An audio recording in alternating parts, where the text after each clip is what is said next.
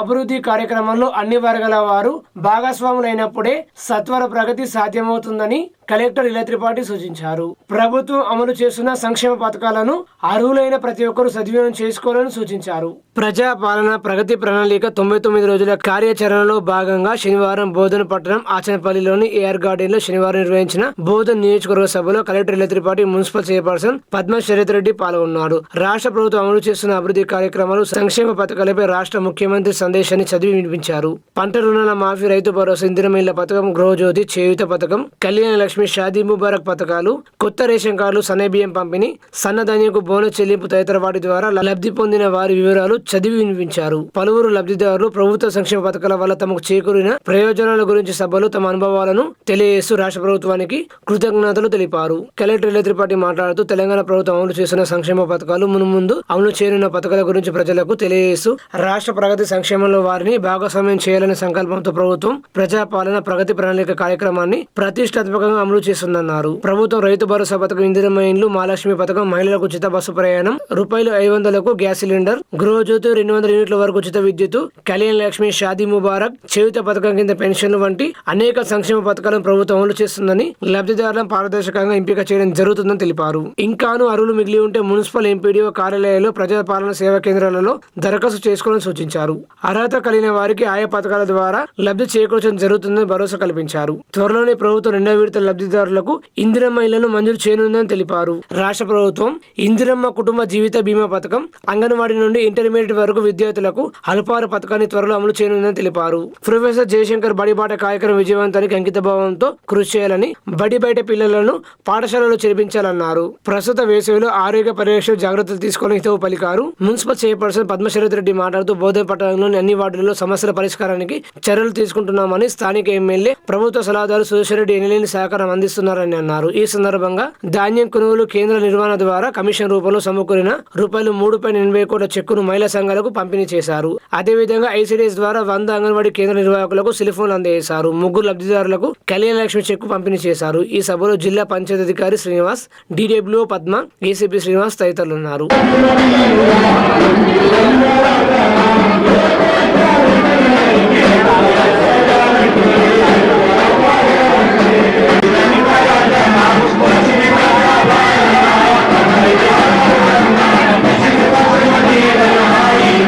అదేవిధంగా మన నవీపేటలో తెలంగాణ పబ్లిక్ కోసం ఒక మన Delhi public school, Hyderabad public schools ఎలా అయితే ఉంటాయో ఆ సేమ్ మోడల్లో తెలంగాణ పబ్లిక్ స్కూల్ కూడా మోడల్ చేస్తున్నాము. పెట్టేసేయండి, మనం టీజీఎంబీసీకి ఇచ్చేద్దాం. కానీ మళ్ళీ చెప్తున్నానండి, ఆక్రమణ రవాణాకి దయచేసి మీరు కూడా బాధపడుతుంది. మంచి పేరు ఈ ప్రాంతానికి, దయచేసి రాష్ట్ర ప్రభుత్వం మంచి ఆలోచనతో దీన్ని ప్రవేశపెట్టింది. మన పక్కన రాష్ట్రం పేరు తీసుకోండి, అక్కడ విచ్చలవిడిగా జరుగుతూ ఉంది. దయచేసి అది ప్రోత్సహించుకోండి. ఇది ఇసుక విషయం. ఇది మోరంకి ఎలాంటిది ఆన్లైన్ విసిల్బాట్ లేదు. ఆన్లైన్ విసిల్బాట్ ఓన్లీ ఫర్ ఇసుక, అది కూడా మన ఇసుక వాహనం. తర్వాత గ్రావెల్, ఈ గ్రావెల్ విషయంలో ఇంతకుముందు ఏం జరిగింది అంటే, నాది ఒక పట్ట ల్యాండ్ ఉంది, నేను డైరెక్ట్గా రిటైల్కి అమ్మేవాడిని. రిటైల్ ఏదో కన్స్ట్రక్షన్ చేస్తున్నాను, అందులో పట్టేదారికి కూడా ఏదో లేనిపోని రేటు వచ్చింది. సో అది కాకుండా మీరు పట్టేదారు ఉన్నారనుకోండి, పెద్ద మనిషి, మీరు రిటైల్ ఎంఆర్ఓకి చెప్తే మనం ఆప్షన్కి పంపాలి మైనింగ్ డిపార్ట్మెంట్. అక్కడ నుంచి మీకు చాలా మంచి రేటు వస్తుంది. అంటే మనం ముప్పలో 3 కోట్ల ఆదాయంతో చేశాము. ఆ రాష్ట్ర ప్రభుత్వం ఇచ్చింది. సో వెరీ సింపుల్ ప్రాసెస్ అండి. మీ పట్ట ల్యాండ్ ఉంది, పట్ట ల్యాండ్ ఎంఆర్ఓకి చెప్తే మేము ఆప్షన్కి పెడతాం, మీకు మంచి రేటు వస్తుంది. ఆ గ్రావెల్ ఏ కాంట్రాక్టర్ అయినా, అది బెంగళూరు నగర్ కాంట్రాక్టర్ అయినా, కరీంనగర్ కాంట్రాక్టర్ అయినా వచ్చి తీసుకోకపోవచ్చు. ఓకే, లాస్ట్ ఇష్యూ మీరు చెప్పలే కానీ నేను చెప్తున్నాను, ఇది కాంట్రాక్టర్ సభ కాదు, ఇది ప్రజలు. లాస్ట్ ఇష్యూ మీరు వాటిలే బట్టి నేను చెప్తున్నాను, నల్ల మట్టి కూడా మన ఏదైతే బ్యాక్ వాటర్ ఉందో మనం ఫ్రీగా ఇస్తున్నాము, దానికి రికార్డ్ ఉండాలి. అండ్ అది కూడా జస్ట్ రైతుల కోసమే. మీరు వెళ్ళి బ్రిక్ లో వాడుతూ ఉంటే మళ్ళీ దానికి 596 ఏదో 496 ఏదో అమౌంట్ కట్టాలి. ఓకే, బట్ ఇది అంతా మన జిల్లాకి పరిమితి అయి ఉండాలి. మీరు ఇక్కడ నుంచి సస్తా ధరలు తీసుకొని హైదరాబాద్లో అమ్ముతా ఉంటే మరి నేను కలెక్టర్లో ఉండి ఏం చేస్తున్నాను? నేను వేస్ట్ కదా. ओके, लास्ट लो खवातीने सब लोग बातें कर रहे हैं, थोड़ा मेरी बात भी सुन रहे हैं. పద్మా గారు చాలా చక్కగా మాట్లాడారు. ఈరోజు మన జిల్లాలో మనం మిషన్ అపరాధిత అనేది ఒక కొత్త స్ఫూర్తితో ఒక ప్రాజెక్ట్ లాంచ్ చేస్తున్నాము. సో నేను ప్రతి ప్రజావాణిలో అంటే ఒక మహిళగా చాలా బాధపడే వాళ్ళం. మేము మా DW మేడం, DSW మేడం మాకు అంత ఐడియా లేదు వాళ్ళ మనసులో ఏం నడుస్తుంది. బట్ అంటే కొన్ని అంటే వ్యక్తిగత కేసెస్ అంటే పెళ్లి అయిన తర్వాత అయిపోగానే కఠినం విషయం కావచ్చు, లేదా ఇంకా హింస అంటే ఘరేలు హింస విషయంలో చాలా చాలా వాళ్ళు బాధపడుతూ ఉన్నారు.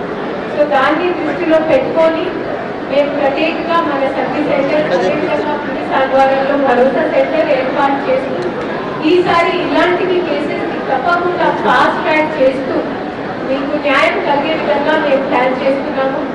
ఇందులో మన అదృష్టం ఏంటంటే మన డిస్ట్రిక్ట్ జడ్జ్ మేడం కూడా ఒక మహిళగా ఉండి మేడమే ముందుకు వచ్చి మనకి गाइड చేస్తూ ఉన్నారు. मैं यहाँ पे जितने भी खवातीन मौजूद है उनसे भी यही गुजारिश करूँगी, अगर आप किसी को जानते हैं जो कि अपने घर में किसी भी तरह की दिक्कत का सामना कर रहे हैं, उनको बोलें कि वो आगे आए. कई मरतबा हम देखते हैं कि शौहर छोड़ के चले गए हैं, बच्चों को पालने का पूरा भार आपके ऊपर हो जाता है. पर लेकिन खुदा का खास्ता ऐसी दिक्कत किसी को ना है. अगर आ गई है तो आपको मुझे खवातीनों को ही खवातीनों के लिए खड़ा होना पड़ेगा. ये लोग नहीं होते. हजरात का क्या है, మనమే ఆడవాళ్ళ కోసం నిలబడాలి, వేరే వాళ్ళని ఏముంది. ఓకే, సో మళ్ళీ ఈరోజు నాకు ఈ అవకాశం ఇచ్చినందుకు చాలా తక్కువ టైంలో చాలా ఘనంగా ఏర్పాటు చేసిన DPO గారికి, DSPO గారికి, స్థానిక MRO గారికి, MPDO గారికి, పోలీస్ శాఖకి అందరికీ నా యొక్క ధన్యవాదాలు తెలియజేస్తూ ముగిస్తున్నాను. మనము తీసుకోవడం జరుగుతుంది.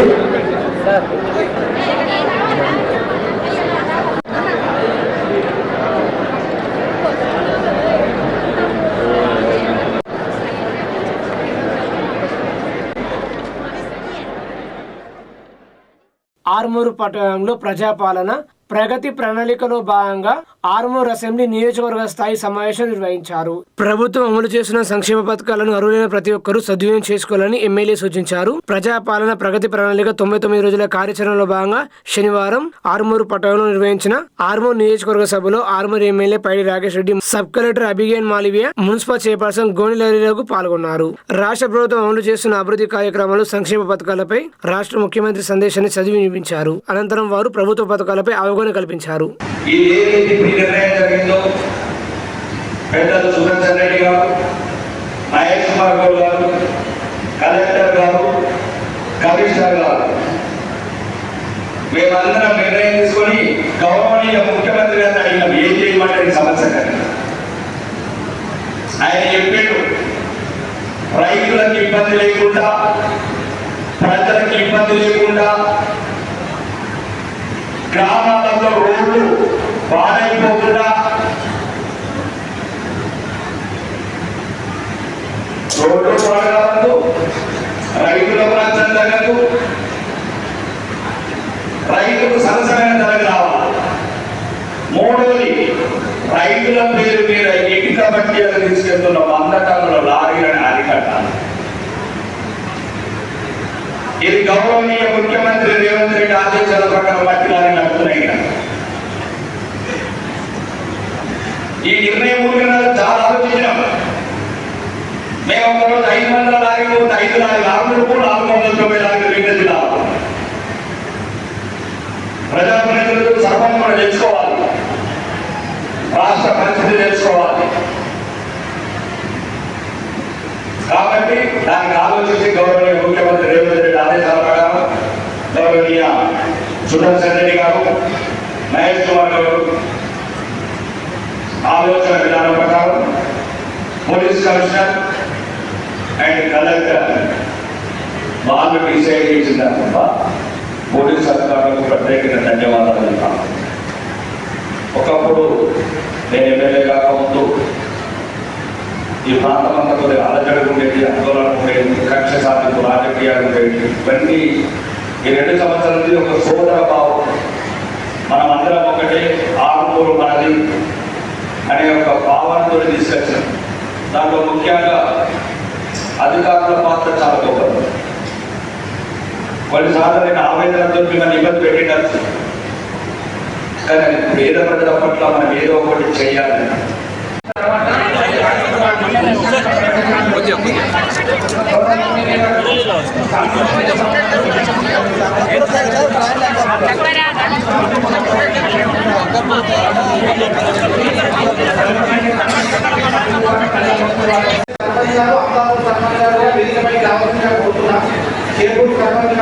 అలాగే అబ్దాపూర్ సర్పంచ్ గారు, చేపూర్ గ్రామ పంచాయతీ నుంచి పత్తూరు అనురాధ గారు, అబ్దాపూర్ గ్రామ పంచాయతీ నుంచి పక్కిడి కమల గారు. మహిళల రక్షణ కోసం ఉద్దేశించిన చట్టాలపై అవగాహన పెంపొందించుకోవాలని నిజామాబాద్ జిల్లా జడ్జి జీవీఎన్ భరతలక్ష్మి సూచించారు. అవగాహన కలిగి ఉన్నప్పుడే తమ గౌరవానికి భంగం వాటిల్లనివ్వకుండా హక్కులను కాపాడుకోగలుగుతారని అన్నారు. ప్రజా సమస్యల పరిష్కారం కోసం ప్రతి సోమవారం నిర్వహిస్తున్న ప్రజావాణి కార్యక్రమంలో అనేక మంది మహిళలు గృహహింసకు సంబంధించిన అంశాలపై అర్జీలు అందించాలని దృష్టిలో పెట్టుకుని గృహహింసకు వ్యతిరేకంగా మహిళల్లో చైతన్యం పెంచేలా జిల్లా పాలనాధికారి ఇలత్రిపాటి చొరవతో రాష్ట్రంలోనే మొట్టమొదటిసారిగా నిజామాబాద్ జిల్లాలో ప్రత్యేక కార్యక్రమానికి శ్రీకారం చుట్టారు. మహిళా శిశు సంక్షేమ శాఖ ఆధ్వర్యంలో మిషన్ అపరాజిత పేరుతో గృహహింస నిరోధక చట్టంపై శనివారం సాయంత్రం కలెక్టరేట్ లో విస్తృత స్థాయిలో అవగాహన కార్యక్రమం నిర్వహించారు. ప్రతి ఒక్కరికి అవగాహన కల్పించాలనే సంకల్పంతో ఈ కార్యక్రమానికి క్షేత్రస్థాయిలో విధులు నిర్వర్తించే అంగన్వాడీ కార్యకర్తలను మహిళా సర్పంచులను ఆహ్వానించారు. జిల్లా జడ్జి జీవీఎన్ భరతలక్ష్మి ముఖ్య అతిథిగా విచ్చేయగా collector Ila Tripathi, Armoor session judge Sridevi, అదనపు కలెక్టర్ దిలీప్ కుమార్ తదితరులు పాల్గొని గృహహింస నిరోధక చట్టంపై అవగాహన కల్పించారు. ఓ బాధితురాలికి ఆధార్ కార్డు లేకపోవడం వల్ల గృహహింస కేసు విషయంలో తగిన న్యాయం పొందడం లేదని తెలపడంతో కలెక్టర్ అప్పటికప్పుడే స్పందించి తన సమక్షంలోనే ఆన్లైన్ లో దరఖాస్తు చేయించడం విశేషం. జిల్లా జడ్జి జీవీఎన్ భరతలక్ష్మి మాట్లాడుతూ గృహహింస నిరోధక చట్టం ద్వారా మహిళలకు అందుబాటులో ఉన్న హక్కులు, రక్షణ చర్యలు, చట్టపరమైన సహాయం గురించి వివరించారు. కుటుంబంలో జరిగే మానసిక, శారీరక, ఆర్థిక వేధింపులు కూడా గృహహింస కిందికే వస్తాయని, ఇలాంటి సందర్భంలో మహిళలు భయపడకుండా చట్టపరమైన సహాయం తీసుకోవాలని సూచించారు. మహిళల భద్రత, వారి సంక్షేమం కోసం ప్రభుత్వం ఏర్పాటు చేసిన సఖీ కేంద్రం సేవలు సద్వినియోగం చేసుకోవాలని పిలుపునిచ్చారు. సఖీ కేంద్రాల ద్వారా అత్యవసర సహాయం, ఉచితంగా న్యాయ సహాయం, వైద్య సేవలు వంటి ఒకే చోట అందుబాటులో ఉంటాయని వివరించారు. మహిళలు స్వతహాగా ఎంతో ఆత్మస్థైర్యం కలిగి ఉంటారని, మీ శక్తియుక్తం తెలుసుకుని అన్యాయాలను ధైర్యంగా ఎదిరించాలని పిలుపునిచ్చారు. కలెక్టర్ ఇలత్రిపాటి మాట్లాడుతూ మహిళల రక్షణకు కట్టుబడి పనిచేస్తున్నామన్నారు. ప్రతి మహిళ తన హక్కును తెలుసుకుని అవసరమైనప్పుడు సఖీ కేంద్ర సేవలను వినియోగించుకోవాలని సూచించారు. మహిళలే మహిళలకు శత్రువు అనే నానుడిని రూపుమాపే విధంగా ప్రతి మహిళ ఆపదలో ఉన్న సాటి మహిళను ఆదుకునేందుకు తన శాయశక్తిలో కృషి చేయాలని హితవు పలికారు. గృహహింసకు గురైన బాధిత మహిళలకు జిల్లా యంత్రాంగం తరపున అవసరమైన పూర్తి సహాయ సహకారాలు అందిస్తామన్నారు. ఆర్మూర్ సెషన్ జడ్జి శ్రీదేవి మాట్లాడుతూ చట్టాలపై అవగాహన పెరిగితేనే గృహహింస ఘటనలు తగ్గుతాయన్నారు. బాధితులు ముందుకు వచ్చి ఫిర్యాదు చేయడానికి భయపడకూడదని, న్యాయ వ్యవస్థ ఎప్పుడు వారికి అండగా ఉంటుందన్నారు. ఈ సందర్భంగా గృహహింస నిరోధక చట్టం, ఫోక్సో చట్టాలపై అవగాహన పెంపొందించేందుకు వీలుగా రూపొందించిన గోడప్రతులను ఆవిష్కరించారు. ఈ కార్యక్రమంలో DW Padma, GJ superintendent doctor Nagamohan, police inspector Srilatha, సిడిపిఓలు, ఐసిడిఎస్ సూపర్వైజర్లు పాల్గొన్నారు. ఈ సర్వీసెస్ అన్ని ఈ సఖీ కేంద్రంలో లభిస్తాయి. కావాలో సఖీ సిబ్బంది 24/7 ఈ సేవలు అందిస్తున్నారు. సో మన వాళ్ళకి కావాల్సిన ఒక అమ్మాయికి, ఒక మహిళలకు అంటే ఆయిల్, సోప్స్, డ్రెస్, నైటీస్ అన్ని ఒక మహిళకు సంబంధించిన ఈ సఖీ సెంటర్స్, స్వదా హోమ్స్ నడపబడుతున్నాయి. ఇప్పటి వరకు ఇక్కడ మనకు చాలా పెండింగ్ కేసెస్ ఉన్నాయని మన కలెక్టర్ మేడం, మనకు డివిజన్ కేసులు త్వరగా ఆర్డర్స్ రావాలంటే ఏం చేయాలనేది ఇక్కడ స్టేజ్ మీద ఉన్న మనం ఎంచుకున్నాము. ఇది మన తెలంగాణలోనే ఫస్ట్ స్టేట్. మేడంకి ప్రత్యేక నమస్సుమాంజలు. సో అవమానకరంగా దూషించటము, అవమానకరంగా బాధించే మాటలు మాట్లాడటము, బెదిరించడము, ఓకే, కుటుంబాన్ని కలవరికి నా యొక్క నమస్కారాలు. ఈరోజు మనము ఒక మహోన్నత కార్యక్రమానికి శ్రీకారం చుట్టినటువంటి ఇవాళ ఒక చరిత్రలో నిలిచిపోయే రోజుగా నేను చెప్తున్నాను. ఎందుకంటే ఒక మహిళకి ఎన్నో రకాలైనటువంటి సమస్యలు ఉంటాయి. అందులో ముఖ్యంగా మనము డొమెస్టిక్ వైలెన్స్ అనేది అందరు మహిళలు బయటికి చెప్పుకోలేనటువంటి హింస. సో ఇలాంటి ఒక హింసని మహిళలు చెప్పుకోవటానికి ఒక వేదిక ఉండాలి అని, ఇలాంటి ఒక మహిళకి సత్వర న్యాయం జరగాలి అని, ఒక మహిళ ఎదుర్కొన్నటువంటి సమస్యలకి కానీ తను ఎదుర్కొంటున్నటువంటి ఇష్యూస్కి ఒక న్యాయం సత్వరంగా జరగాలి అనే ఉద్దేశంతో మన జిల్లా కలెక్టర్ మేడం గారు మరియు జిల్లా జడ్జి గారు మనకి దొరకడం చాలా అదృష్టం. ఇలా దూషించడం, డబ్బులు ఇవ్వకపోవడం ఇవన్నీ హింస కింద వస్తాయి. అంటే ఒక గృహంలో ఒక ఆడమే పైన శారీరక హింస, లైంగిక హింస, మానసిక హింస, ఆర్థిక హింస. అంటే శారీరక హింస అంటే ఏదైనా ఆయుధాలతో చేయడం, చెగులతో కొట్టడం, ఇవన్నీ శారీరక హింస. ఆ విషయం ఏంటంటే లీగల్లో పెళ్లి చేసుకోవాలి, లీవింగ్ రిలేషన్ లో ఉంటారు, వాళ్ళు కూడా ఈ గృహహింస చట్టం కింద కేసు నమోదు చేసుకోవచ్చు. ఇందులో ఉన్న స్పెషల్ ఒక మహిళకు ఈ 5 రకాల ఆర్డర్స్ వర్తిస్తాయి, లభిస్తాయి. కోర్టులో నడుస్తున్న కేసులు కానీ, సఖీ సెంటర్లో ఉన్న కేసులు కానీ,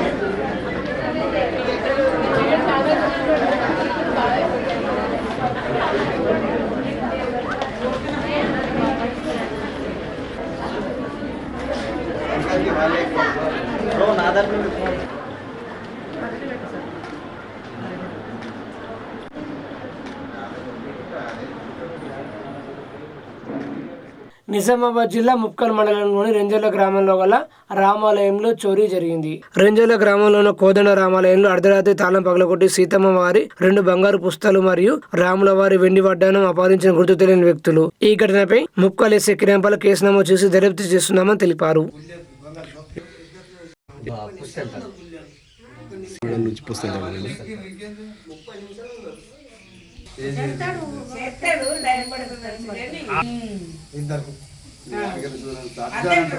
భయం పడుతున్నారు వస్తువులు పట్టుకున్నారు.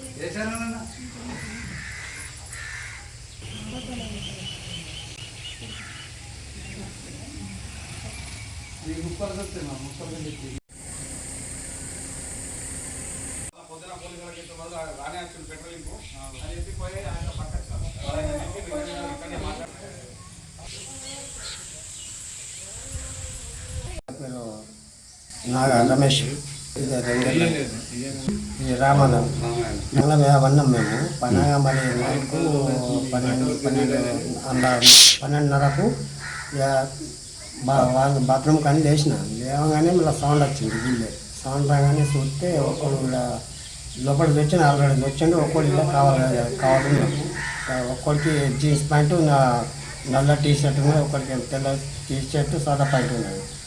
చూడంగానే మళ్ళీ ఇలా పంతులకు ఫోన్ చేసిన, మళ్ళీ పక్క పన్న ఒకళ్ళకి ఫోన్ చేస్తే ఒకళ్ళు చేసింది. కానీ 2 ఖర్చులకు 2 పుస్తకాలు, ఒక ఎండి మొదలరా ఏమైనా చిల్లర ఉండే కానీ చిల్లర పైసలు అవి. భూమి లేని పేదలకు ప్రభుత్వం భూమిని కేటాయించాలని, లేని పక్షంలో భూ పోరాటం చేస్తామని ఆర్ఎస్పీ పార్టీ రాష్ట్ర కార్యదర్శి జానకిరాములు రాష్ట్ర ప్రభుత్వాన్ని హెచ్చరించారు. ఆర్ఎస్పీ పార్టీ ఆధ్వర్యంలో నిజామాబాద్ జిల్లా కేంద్రంలోని పూలంగ్ వాగు పరిసర ప్రాంతాల్లో ప్రభుత్వ భూములను ఆర్ఎస్పీ పార్టీ రాష్ట్ర కార్యదర్శి హైకోర్టు సీనియర్ అడ్వకేట్ జానకిరాములు పరిశీలించారు. అనంతరం నాందేవాడలో గల పార్టీ జిల్లా కార్యాలయంలో ఆయన మీడియా సమావేశం నిర్వహించారు. నిజామాబాద్ జిల్లాలో వేలాది మంది పేదలు కనీస అద్దె కూడా చెల్లించే దుస్థితిలో జీవిస్తున్నారని, ఇలాంటి కడు నిరుపేదలకు ప్రభుత్వం వెంటనే ప్రభుత్వ భూములను కేటాయించి గృహ నిర్మాణానికి కనీసం 5 లక్షల ఆర్థిక సాయం అందించాలని డిమాండ్ చేశారు. ఈ కార్యక్రమంలో ఆర్ఎస్పీ పార్టీ జిల్లా కన్వీనర్ కటవి రాములు, నాయకులు అనిల్, గోపాలకృష్ణ తదితరులు పాల్గొన్నారు. గత 6 మాసాల క్రితమే జరిగాయి. కాబట్టి కార్పొరేషన్ పరిధిలో ఎక్కడెక్కడ ప్రభుత్వ భూములు ఉన్నాయి వీటిని పరిశీలించి పేద ప్రజలకు డబుల్ బెడ్రూమ్ ప్లాట్లే కానీ, ఆ రోజుల్లో ఇందిరమ్మ ఇండ్లు అంటే 1+4 4 అంతస్తుల వరకు కట్టి ప్రభుత్వం ఇచ్చేది. ఇప్పుడు ఇండివిజువల్గా 60 గదాలు ఉన్న ప్రతి ఒక్కరికి 5 లక్షల రూపాయలు శాంక్షన్ చేస్తాం, కట్టుకోమని 5 విడతలు ఇస్తుంది. ఇప్పుడు ఈ పూలంబాగ్ ప్రాంతంలో ఉన్న కొంత ల్యాండ్ ప్రభుత్వ ల్యాండ్ అని మా సర్వేలో తెలిసి అక్కడికి వెళ్ళడం జరిగింది. అక్కడ విజిట్ కూడా చేశాం. అది నిజంగా ప్రభుత్వ భూమి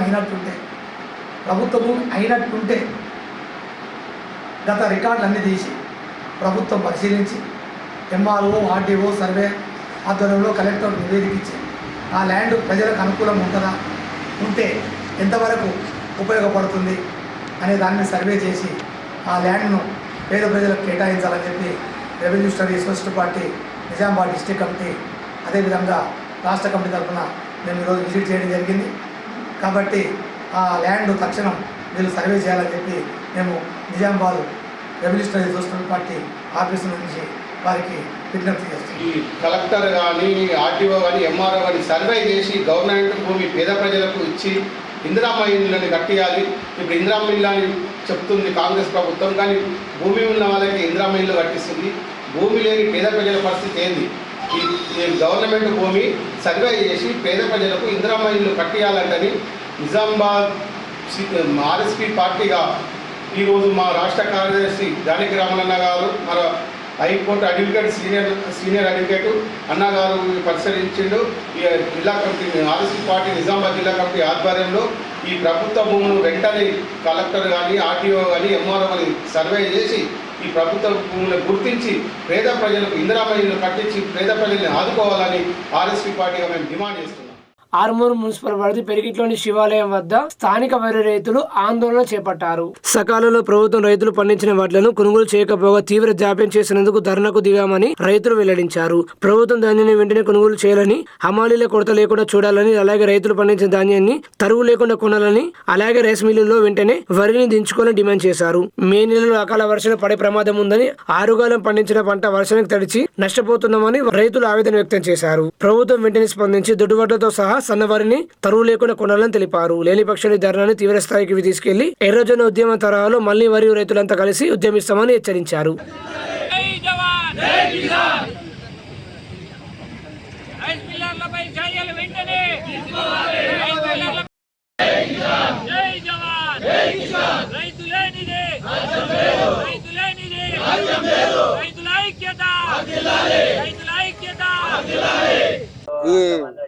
ఈ రైతు ప్రభుత్వం అని చెప్పుకునే రేవంత్ రెడ్డి ప్రభుత్వం ఇవాళ రైతులకు ఇంత బాధలైనా కానీ ఏనాడు ఒక రోజు స్పందించడం లేదు. ఎందుకంటే ఇక్కడ వరి కోతలు కోసి 20 రోజులు అవుతుంది, ఇది వరకు ఒక క్వింటాల్ బస్తా పెరికెట్ సొసైటీ పరిధిలో ఇవ్వడం లేదు. ఇదే ఆర్మూర్ గడ్డ మీద ఆనాడు పిసిసి అధ్యక్షుడిగా వచ్చి నేను బోనస్ వరికి పంటకు 500 ఇస్తానని ప్రకటించారు. ఇవాళ ఉన్న పంటకు మద్దతు ధరతో కొనమన్నా కానీ ఇవాళ కొనే పరిస్థితి లేదు. ఈ ఏసంగి పంట 6 గంటలు చేసి 6 నెలలు చేసి ఇవాళ రోడ్డు మీద పోస్తే రైతును ఆదుకునే పరిస్థితి లేదు. ఇప్పటికైనా స్పందించి స్థానిక నాయకులు కానీ స్థానిక అధికారులు కానీ తొందరగా వరి కొనుగోలు ధాన్యం లేపాలని మేము ఆ పెరిగి రైతులు డిమాండ్ చేస్తున్నాం. ఒకవేళ ఇలా స్పందించకపోతే ఇంకో 4 రోజుల తర్వాత హైవేనే దిగ్బంధం చేస్తాం. దీన్ని ఈ ఆర్మూర్ ప్రాంత రైతులకు పెద్ద ఎత్తున జరుగుతుంది. ఇంతకుముందు ఒకసారి ఎర్రజొన్నల రైతుల పోరాటం ఎలా చూసారు, ఈ రోజు వరి రైతుల పోరాటం ఆర్మూర్ గడ్డ నుంచి స్టార్ట్ అవుతుంది. దీన్ని స్పందించి దీన్ని తొందరగా అధికారులు కానీ స్థానిక నాయకులు కానీ స్థానిక అధికారులు తొందరగా ఈ వరి ధాన్యాన్ని లేపాలని మేము డిమాండ్ చేస్తున్నాం. అధికారులు కళ్ళు తెరిచి దీని మీద ఒక దృష్టి సారించి వెంటనే లారీలను పంపించి తూకాలు వేయించి అక్కడ రైస్ మిల్ల దగ్గర దించుకునేలా చేసి రైతులను సత్వరమే వారికి న్యాయం జరిగేలా చూడాలని చెప్పేసి కోరుతా ఉన్నాం. ఇప్పుడు ఇక్కడ ధర్నా చేయడం వల్ల డిసిఓ గారు మాట్లాడడం జరిగింది. ఆ తూకం విషయంలో కూడా ప్రతి 40 కిలోల బ్యాగ్ రైస్ మిల్లర్లు 5 కిలోలు 6 కిలోలు కడతా అడుగుతా ఉన్నారు. దాన్ని దృష్టి సారించి కేవలము 1 కిలో 2 కిలోల తరుగు తీసుకొని రైతులందరూ కూడా సరైన విధంగా న్యాయం చేయాలని చెప్పేసి కోరుతా ఉన్నాం. ఆర్మూర్ మండలంలోని పెరికిడ్ గ్రామము, నేను చిన్నారెడ్డి. మా రైతులకు ప్రధాన సమస్య 20 నుంచి 25 రోజులు అవుతుంది రోడ్ల మీద కుప్పలు పోసి ఇప్పటి వరకు ఒక్క కుప్ప జోకింది లేదు, ఒక్క బస్తా పోయింది లేదు. అది అనగా ఒక 2 లోర్లు జోకి ఆ 2 లారీలు లింపి పంపించారు. అవి రైస్ మిల్లర్లు కొర్రి పెట్టి రైస్ మిల్లర్లు ఇప్పటికి కూడా ఆ బస్తాలు దించలేరు. నిన్న ఈ రస్తా వరకు చేస్తామని చెప్పి పిలుపునిస్తే రాత్రి దించిర్రు. పట్టి లారీలు పంపిర్రు. ఇవాళ 3 రోజులు ఆగమని టైం ఇచ్చిర్రు. ఆ 3 రోజులలో లేపకుంటే హైవే దిగ్బంధం చేస్తామని చెప్పి గవర్నమెంట్ దగ్గర ఉంది అంతా. గవర్నమెంట్ ఏమంటది, ఇంత ముందు పోయినసారి సన్నపడ్లు అన్నారు. సన్నపడ్లు పెడితే అప్పుడు దొడ్డడ్లు కావాలని చెప్పారు. ఈసారి మరి దొడ్డడ్లు డిమాండ్ ఉన్నాయని దొడ్డు వడ్లు వేస్తే ఈసారి సన్నపడ్లు కావాలని అంటారు. రైతుల దగ్గర ఎటు పెట్టి ఇబ్బంది పెట్టుడు, రైతులను ఎటు కాకుండా చేసుడే ఈ గవర్నమెంట్ పాలసీ ఉంది. గవర్నమెంట్ రాకముందు ఇదే రేవంత్ రెడ్డి సంవత్సరంకు 3 పంటలు వేసుకోర్రి, 3 పంటలు కొంటా అన్నాడు ఈ దరిద్రముండా కొడుకు. ఇప్పటి వరకు ఒక్క పంట సరిగా ఉన్నది లేదు, ఒక్క పంటకు బీమా, రైతు బీమా లేదు, రైతు బంధు లేదు, బోనస్ లేదు. బోనస్ కూడా ఇవ్వాల్సి వస్తుంది అని చెప్పి లాస్ట్ ఇయర్ ఏం చేసిండు? జోకలే. రైతులంతా ప్రైవేట్లు అమ్ముకున్నాక అప్పుడు వచ్చి ఏదో జోకినమా అని మమా అనిపించింది. ప్రధాన డిమాండ్ ఈ దొడ్డు వడ్లు కొనుగోలు చేయాలి. పాత ధర ఏదైతే ఉందో, పాత ధర, పాత కిలో కడతలు ఏదైతే 40 గవర్నమెంట్ ఉంది కదా, 1 కిలో ఎండి తరగతి అంటారు కాబట్టి కిలో కాకుండా 2 కిలోలు 42 కాడికి ఆఖరి బస్తా వరకు లేపాలని చెప్పి ప్రధాన డిమాండ్.